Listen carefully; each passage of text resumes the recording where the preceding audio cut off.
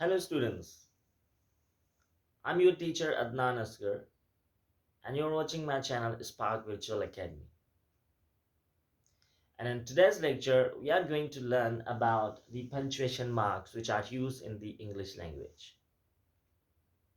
There are more than 16 or 14 punctuation marks which are used in the English language. However, we will just discuss some of the important punctuation marks when especially we write down anything, like we write down the stories, we write down the paragraphs, or we write down the essays, then we make small mistakes.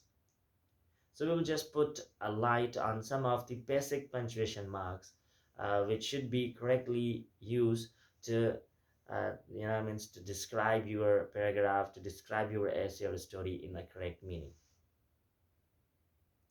Remember, these marks are really important. A single punctuation mark can change the entire meaning of a sentence if it is not used correctly. So, to communicate in a proper way, especially in written form, the punctuation marks should be used properly. So, the first punctuation mark, the basic punctuation mark is the full stop. Whenever you start any sentence or you write down any sentence, certainly it is never complete without that full stop. If you're not putting the full stop at the end of the sentence, certainly it won't be means understandable.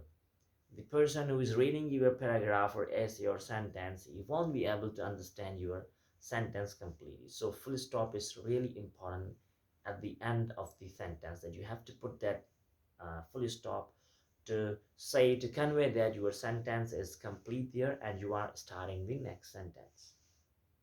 Remember, the capitalizing of the letters is again very much important. Whenever you are writing down any proper noun, then you have to start with the capital letter, or even if it is not a proper noun, it is a common noun, but if it is starting the sentence, so the first letter of that start should be capital. For example, that we have just quoted an example there, Ali eats apple. So here the first letter is Ali, although it is the proper noun, so we have to put down the capital A.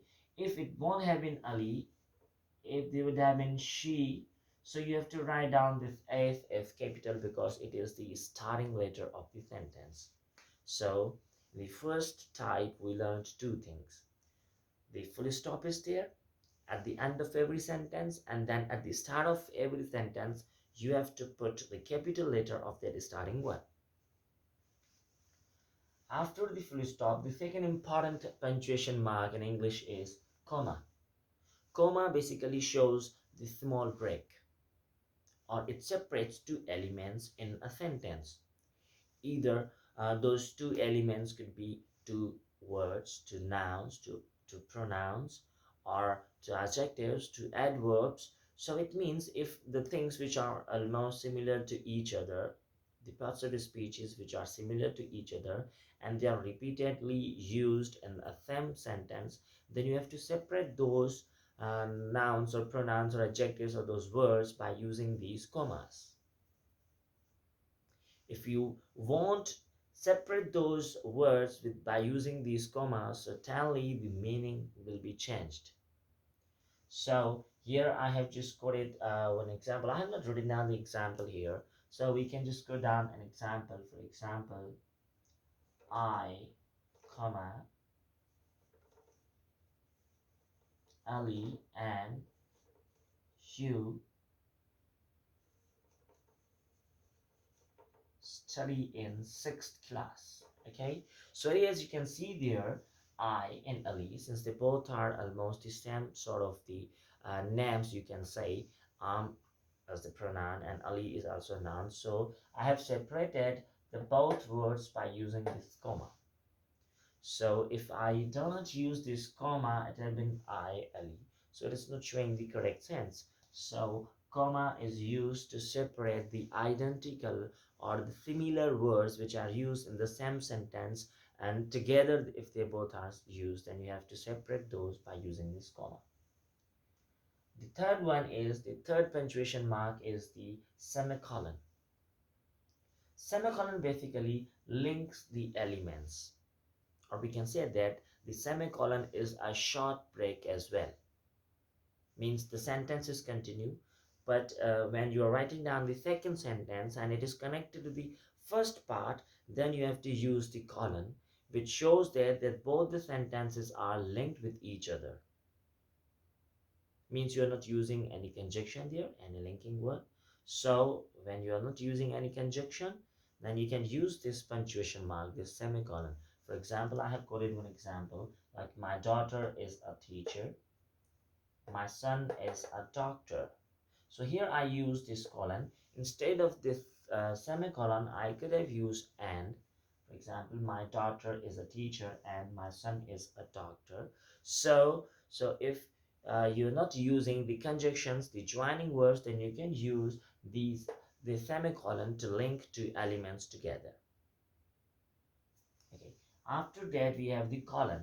Now, colon means it introduces a list. Now, for example, you have two choices, then we put a colon, and then we've written down those two choices here, finish work or leave. The colon basically represents the long-term breaks, okay? Not the short ones, the long-term breaks. So here you can see there, you have two choices, and then we put the colon, and what are those two choices? We just explained there. So that was the colon that is most probably used. For example, in the science or in the physics, in biology, we have been studying like there are 9 branches of biology. And then after writing down that, for example, I'm writing down here, there are 9 branches of biology. Then we put this colon, and then after that we write down the names of those branches. So like this way we use this colon for the long breaks. The second one is the apostrophe. The most common use of this apostrophe is it is used to show the ownership in a sentence. For example, the example is there, it's my pen. Now that pen belongs to me, so that apostrophe is showing the ownership of that pen, that it belongs to me. So most of the times this apostrophe is used to show the ownership. Sometimes we may use this apostrophe to show the plural nouns as well. Okay, for example, it is written there prize. It means this is showing the ownership. But if the same apostrophe is used, okay, let me just change.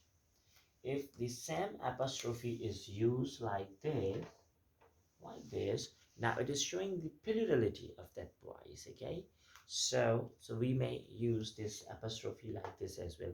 However, most of the times this apostrophe is used to show the ownership. The next sign is the hyphen sign. Whenever you have to join two words, although they both are not the compound words, but we have to link those words together, then we can use this hyphen. Either those are 2 words or 3 words or 4 words. If we have to link all those words together, then we can use this hyphen in this way. My 8-year boy. So now here, both the words are linked together by this hyphen. Okay, and after that, some of the means very common punctuation marks starts like question mark is there. Question mark is always used whenever you are asking anything, any question is there, either that question is a WH question or if it is starting with the auxiliary verbs. Whenever you are asking anything, then you have to use this question mark. After the question marks, you have the quotation marks. As it is shown by the names, the quotation mark, whenever there is any saying, any famous saying of any means personality or any quotation is there, you have to enclose those quotations by using these apostrophes. However, whenever anything which is stated, which is said by someone else, and you are quoting the quotation of the third person, then you have to use this quotation mark. Like we quoted here, like I work in Italy, I said. So I have quoted my quotation into the quotation marks. Apart from these quotation marks, we have one more punctuation mark as well. Um, what is left behind there? Question mark is there. Yes, exclamatory mark is there. Okay, I just missed it. So exclamatory mark is also there. Now this exclamation sign is always used whenever there is any, means exclamation in your sentence. For example, any joyness, any happiness, or any sudden feeling is expressed in your sentence, and you have to put this exclamation mark at the end of that sentence. So that was all about the punctuation marks. Now, how to improve that, how to use these punctuation marks. Because by memorizing these punctuation marks, or by learning their definitions, you won't be able to use these properly. So again, as in my last lecture, I told you in the lecture of the articles that if you have to improve your handwriting, then you have to develop a habit of reading. If you are reading more, then you will be able to know that how these punctuation marks are used in a sentence or in a paragraph. Unless you're not developing a habit of reading, it won't be easy for you guys to understand the use of these punctuation marks.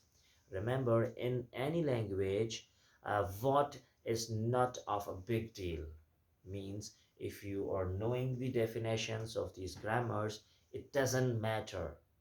The question is how. Means the how the symbols are used, how the grammar rules are used. So that is the main thing that we have to learn. So for that purpose, for learning the correct use of these punctuation marks, you should develop the habit of reading. So if you have any question, you can ask me in the comment box and I will try to answer your questions. I have attached the handouts of these punctuation marks on my website, and I have attached the link into the comment box. Till the next lecture, Allah Hafiz and take care.